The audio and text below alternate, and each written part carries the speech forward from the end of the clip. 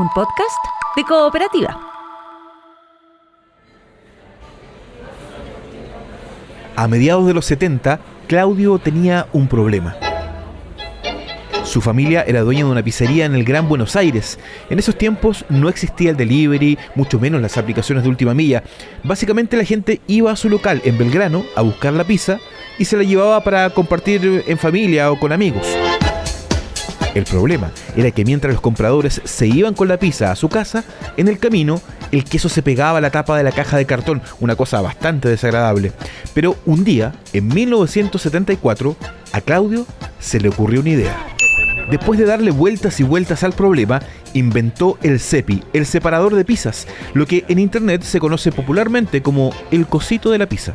CEPI, que en realidad el verdadero nombre es separador de pizza, que muchos le dicen el cosito de la pizza, es un producto que inventé en el año 74 para que la tapa de la caja no se apoye sobre la mozzarella. Haciendo una estadística, en Buenos Aires, en capital y provincia, se vendían 1 millón de pizzas por mes. Imagínate que eran 1 millón de CEPIs, los vendíamos en bolsa de 1000 unidades, eran 1000 bolsas por mes. Era interesante el negocio. Empezamos a descubrir, aparece en Los Simpsons, en una entrega de Oscar que llevan pizzas a la entrega de los Oscar, cuando levantan la tapa, ahí aparece el mismo diseño, el mío, que fue lo que más me sorprendió. Y también me han llamado de Australia, gente que estaba haciendo un libro de inventos del mundo, para pedirme información porque quería incluirlo como algo novedoso. O sea que evidentemente también en Australia existe el CEPI. Lo que hizo Claudio Troglia en Buenos Aires fue identificar un problema y con creatividad llegó a una solución. Así creó y patentó un producto que se usa hasta el día de hoy. Esta minúscula pieza plástica que va en el medio de la pizza y que todos más o menos ya identificamos. Claudio Troglia innovó y logró que nunca más el queso se pegara al cartón. Súper simple. En este podcast vamos a hablar de innovadores e innovadoras, de cómo en Chile se hace innovación pero desde la ciencia y la tecnología, y de qué manera podemos llegar a crear productos que nos pueden facilitar la vida a todos y todas. Cooperativa Podcast presenta Innova 2030, un podcast de Cooperativa y el proyecto Ciencia e Innovación para el Futuro. Ciencia e Innovación para el Futuro es un proyecto integrado por la Universidad Autónoma de Chile, Universidad Mayor, Universidad de Tarapacá y Universidad de Atacama.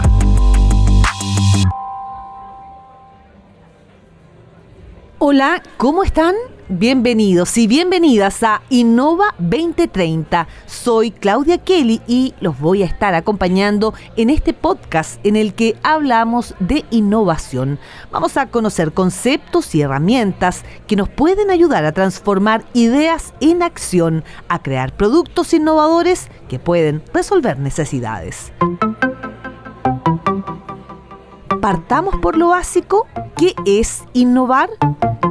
La innovación implica el descubrimiento o la invención de una nueva forma de hacer las cosas, de una nueva manera de comprender lo que existe. Así, la innovación tecnológica es la invención o desarrollo de tecnologías novedosas, herramientas sofisticadas que vienen a solucionar problemas o a entregar nuevos enfoques.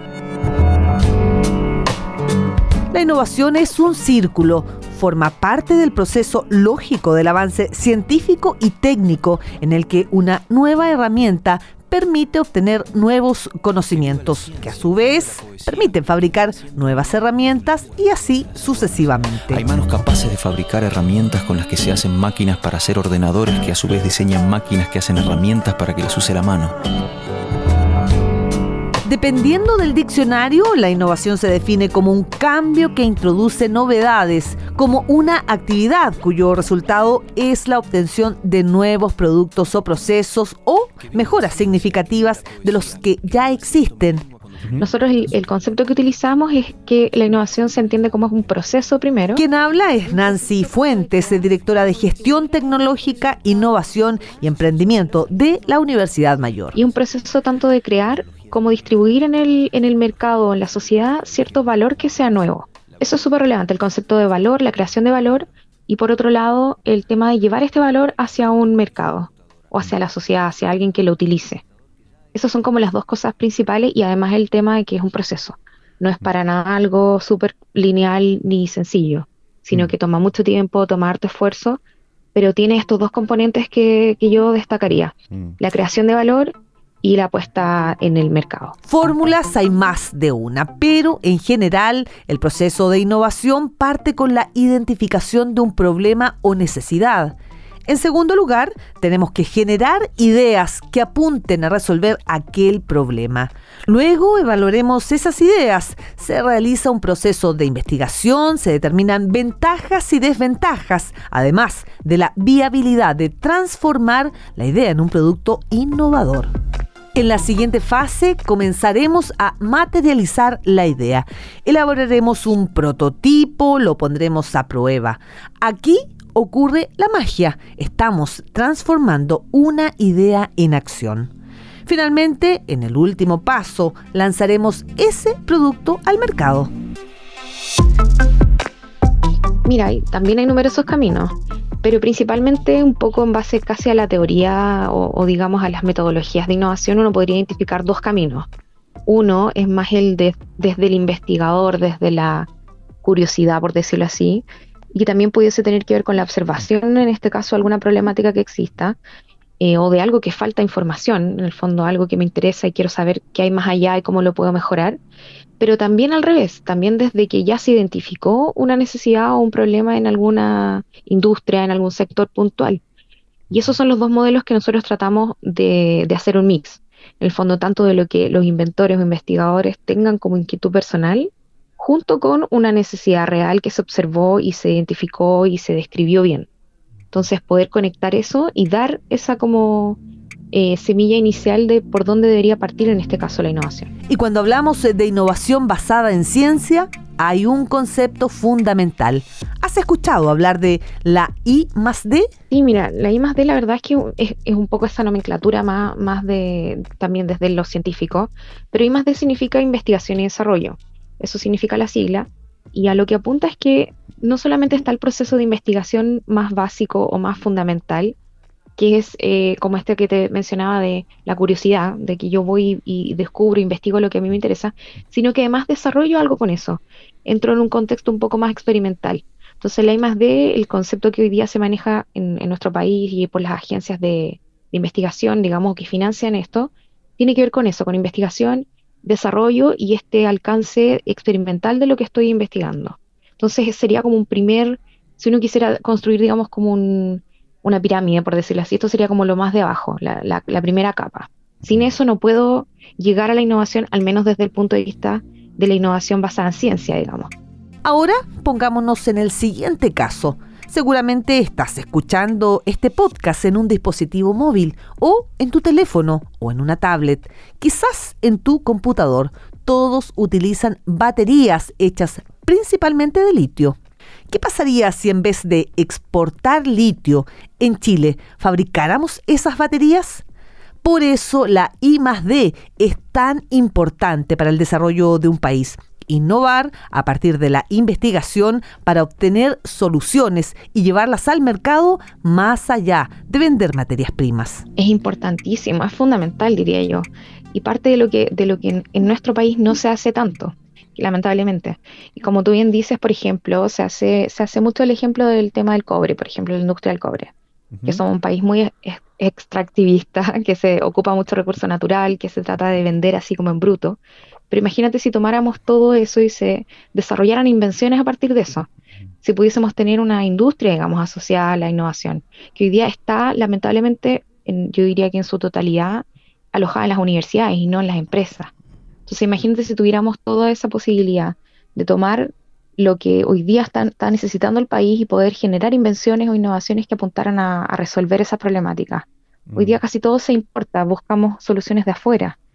Y eso también es una situación súper lamentable porque finalmente se gasta mucha más plata, digamos, en comprar o traer tecnologías de afuera, que tal vez aquí podríamos generar con menores recursos, de manera más sencilla, más directa para los problemas de nuestro país.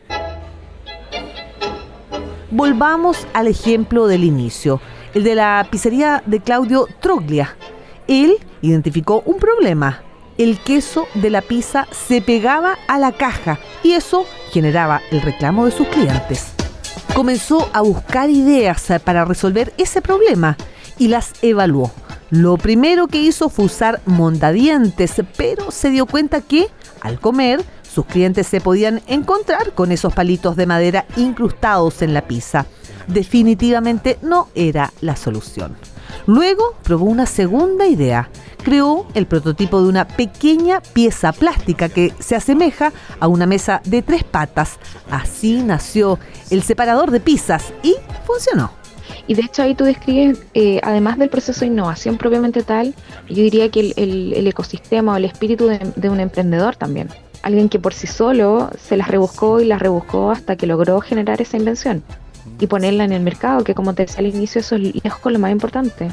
Porque en este ecosistema uno pudiese identificar muchos inventores, pero el que la gente finalmente utilice lo que estas personas inventaron es lo más relevante. Y en este ejemplo que tú me das, es precisamente lo que él hizo. Efectivamente, el producto que él inventó es algo que usamos o se ve, digamos, hasta el día de hoy. Todos lo usamos, todos lo hemos visto. Ese es un súper buen ejemplo.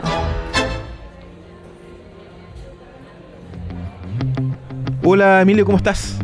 Bien, perfecto, todo bien. ¿Y tú qué tal? Emilio Hernández es socio fundador de InWork y Made in Conce, un espacio de reunión y un festival donde conviven la innovación y el emprendimiento. Bueno, Emilio, ¿podrías empezar contándonos qué es lo que hacen en InWork y Made in Conce? Sí, mira, bueno, ambas compañías ya tienen 3 años y el objetivo de ambas es poder ayudar a articular el ecosistema de innovación y emprendimiento en un inicio en la región del Biobío. Y hoy día hemos estado probando diferentes metodologías que nos han permitido empaquetarlas y poder empezar a ayudar a diferentes ecosistemas a nivel nacional, algunos más chicos, otros más grandes, a poder implementar metodologías que impulsen la articulación de los ecosistemas y así que se generen nuevos negocios con base en innovación. Así que en eso hemos estado estos 3 años. Bueno, todos sabemos que el camino de la innovación no es fácil, hay dificultades que sortear y en ese sentido, ¿cuál dirías tú que son los principales desafíos, los problemas que se enfrentan en este camino? Sí, mira, lo que hay varios factores, pero al menos en innovación siempre hay que entender las bases de que estamos creando algo nuevo. Por ende, el factor de riesgo siempre va a ser muy alto, porque si efectivamente yo me metiera a un rubro más tradicional, que no quiere decir que vaya a ser fácil, pero sí yo puedo tener información que me permita a mí poder cuantificar de cierta manera el riesgo. Uno puede estimar más o menos cuánto le sale hacer un producto, puede estimar la demanda, el precio y la tendencia, pero cuando estamos creando algo nuevo, efectivamente no sabemos si esto va a funcionar y hay un planteamiento inicial de muchas hipótesis que hay que ir validando en el camino. Entonces, obviamente, ese riesgo son pocos los que están dispuestos a asumirlo. Obviamente, siempre nos gusta tener más certidumbre que riesgo. Pero por otro lado, además, hay que entender de qué manera los emprendedores, los científicos, los estudiantes pueden ir generando ideas innovadoras, pero entendiendo que la innovación no solamente se basa en tener un gran corazón tecnológico, un gran corazón solamente basado en ciencia, sino que todo lo que hagamos pueda tener aplicabilidad y esa aplicabilidad tenga sentido en la solución de problemas importantes o de impacto para el entorno donde nosotros estamos. No solamente estar sacando porque sí productos al mercado, sino que efectivamente vayan mejorando un poco la calidad de vida en el que estamos y tratando de dejar el mundo un poquito mejor de cómo lo encontramos. Entonces esa lógica es la que obviamente es difícil, es compleja encontrar, requiere de mucho tiempo, mucha validación en el camino, dependiendo de las tecnologías o los procesos, requiere también de mucho capital antes de entrar al mercado. Bueno, muchas veces puede ocurrir que creamos un producto para resolver una necesidad o un problema, pero si no hay una buena investigación o una vinculación con el medio o una validación, por así decirlo, finalmente podemos terminar creando algo que no va a tener el impacto que pensamos o no vamos a abordar de la mejor manera esa necesidad o problema, que es lo que nos motiva inicialmente, ¿no? Tal cual, o sea, yo por eso siempre soy amigo de esta articulación, porque estos procesos de innovación no se hacen solo, y tampoco se hacen solamente con tu equipo de trabajo, sino que se hacen en vínculo con los actores. Y dependiendo de lo que se está haciendo, con las personas, con la misma industria, que forme parte de estos procesos y efectivamente en el camino podamos ir dando pasitos cortos pero bien firmes en estos procesos, porque obviamente como hay mucha incertidumbre en el camino, muchas de las cosas que nos vamos a plantear en un inicio no van a ser las correctas. Entonces, si no estamos articulados, si no estamos en vínculo con la industria, con las personas, en este proceso de desarrollo, de empatía y de ideación y la generación de productos, la tasa de riesgo siempre va a ser mucho más alta. Por eso la innovación siempre al final invita a que todo el proceso lo desarrollemos de una manera bien articulada y siempre pensando en la necesidad, en el problema, y desarrollando procesos de observación que nos permitan entender si lo que vamos a hacer efectivamente va a generar el impacto que estamos buscando. Claro, y en este capítulo hemos conocido algo de cómo es o cómo funciona el proceso de innovación, cómo se articulan sus distintas fases, por así decirlo. ¿Cómo lo explicarías tú? Mira, tu pregunta me pega súper fuerte porque justo estas últimas semanas he estado mucho con estudiantes trabajando sobre esto y en este sentido no quiero ser tan arriesgado porque recetas hay un montón. Si uno busca en internet hay un montón de metodologías, hay un montón de procesos, entonces yo no sé si hoy día existe esa receta perfecta. Pero yo creo que a modo personal, en términos de todos los trabajos que me ha tocado hacer con emprendedores, con investigadores y las metodologías que un poco he ido probando, yo creo que todo esto, fase inicial, tiene que partir con el entendimiento del propósito personal, que es lo que a nosotros nos mueve. Porque hoy día ya la lógica no va solamente por el hecho de generar un negocio rentable, sino que también a nosotros nos genera una aspiración personal que nos satisfaga. Por eso hoy día los millennials siempre se habla de que se van cambiando de trabajo cada 3 años, porque en el fondo están en una constante búsqueda. Entonces yo creo que lo primero tiene que ser el entendimiento del propósito personal, qué nos mueve, qué nos motiva y qué huella queremos dejar en el mundo.